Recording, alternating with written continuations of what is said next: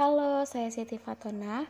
Di sini saya ingin menampilkan sebuah video bimbingan dan konseling mengenai teknik rasional emotif terapi. Hanita adalah seorang mahasiswi semester 3. Ia mengalami permasalahan kurang percaya diri ketika tampil di depan kelas. Hanita selalu merasa gemetar dan gugup ketika ia berbicara di depan kelas. Karena bingung bagaimana cara mengatasi permasalahan yang ia hadapi, maka Hanita datang kepada konselor untuk membantu memecahkan masalahnya. Wah, kakak sangat senang sekali bertemu Hanita. Bagaimana kabarnya Hanita? Sedang tidak baik, Kak. Kalau boleh kakak tahu, kenapa kabar Hanita tidak baik? Entahlah, Kak. Saya merasa sedih dan bingung. Kakak merasakan apa yang Hanita rasakan.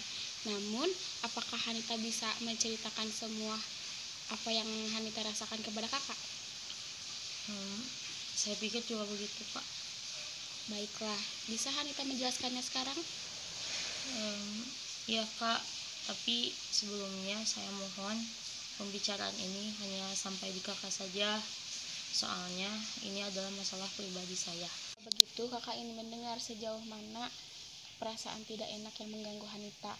Di sini Hanita bisa bercerita kepada kakak dan kakak akan menjaga rahasianya. Jadi begini, Kak. Seringkali saya merasa tidak percaya diri ketika saya berbicara di depan banyak orang. Mungkin seperti contoh ketika saya berpresentasi di depan kelas, saya merasa sangat gugup. Lalu bagaimana? Seringkali saya merasa gugup dan bingung mau bicara apa, Kak.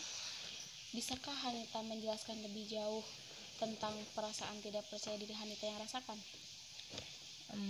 Ketika Hanita sedang presentasi di kelas, Kak, kaki Hanita sering kali gemetar dan bingung mau bicara apa, dan kadang informasi yang Hanita sampaikan juga sulit gitu buat dipahami sama teman-teman yang lain.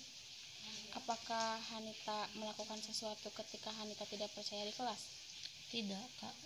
Dengan diam saja Hanita merasa senang dan nyaman ketika di kelas? Tidak, Kak. Mungkin Hanita berpikir ketika Hanita mengerjakan sesuatu itu Hanita harus dengan sempurna. Apakah demikian?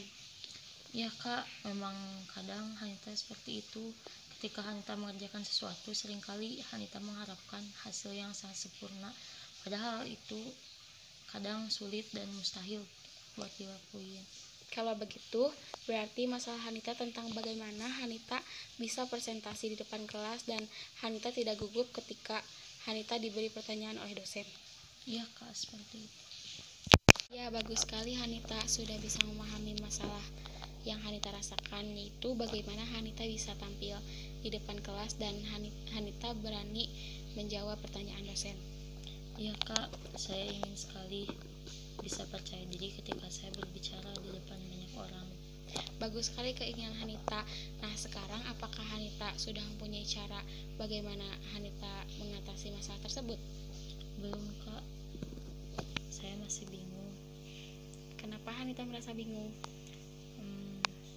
Kadang-kadang saya merasa takut ketika saya ditanya oleh dosen terus jawaban yang saya berikan salah.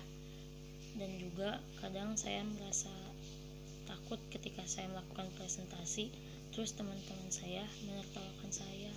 Apakah Hanita sudah berusaha mencoba yang terbaik? Belum, Kak. Nah, Hanita berusaha saja belum. Kenapa Hanita berpikiran negatif? Saya tidak mengerti, Kak. Baiklah, insya Allah untuk kedepannya saya akan lebih berusaha agar rasa percaya diri saya meningkat dan saya berani ketika melakukan presentasi ataupun menjawab pertanyaan dari dosen. Baiklah, apakah Hanita mempunyai rencana untuk menjadi pegangan untuk tindakan selanjutnya? Insya Allah, Kak, mungkin ketika Hanita akan presentasi, Hanita akan terlebih dahulu memahami materi presentasi Hanita. Kemudian mungkin Hanita akan memakai pakaian yang rapih agar rasa percaya diri Hanita juga lebih meningkat. Kemudian tidak lupa juga Hanita akan berdoa terlebih dahulu agar hati Hanita merasa tenang. Bagus, mungkin Hanita sudah tahu apa yang harus Hanita lakukan ketika Hanita presentasi. Nah, apakah Hanita sudah merasakan tenang atau lega ketika kita sudah berdiskusi ini? Alhamdulillah Kak, saya merasa tenang dan juga lebih lega. Selain itu, kecemasan yang Hanita rasakan juga mulai menurun Kak. Mungkin setelah melakukan konseling ini bisa dapat saya simpulkan bahwa yang pertama itu Hanita harus melakukan pendalaman materi. Yang kedua, ketika Hanita ingin berpresentasi depan kelas, Hanita harus berpenampilan dengan rapih. Dan yang ketiga, sebelum Hanita melakukan presentasi, Hanita harus berdoa terlebih dahulu. Apakah Hanita siap melakukan semua itu? Insya Allah Kak, Hanita siap. Nah, apakah masih ada yang ingin Hanita sampaikan? Saya rasa cukup Kak. Nah, bagaimana kalau kita tutup pembicaraan kali ini? Baik Kak. Terima kasih Hanita atas waktunya. Iya Kak, sama-sama, terima kasih juga Kak. Iya.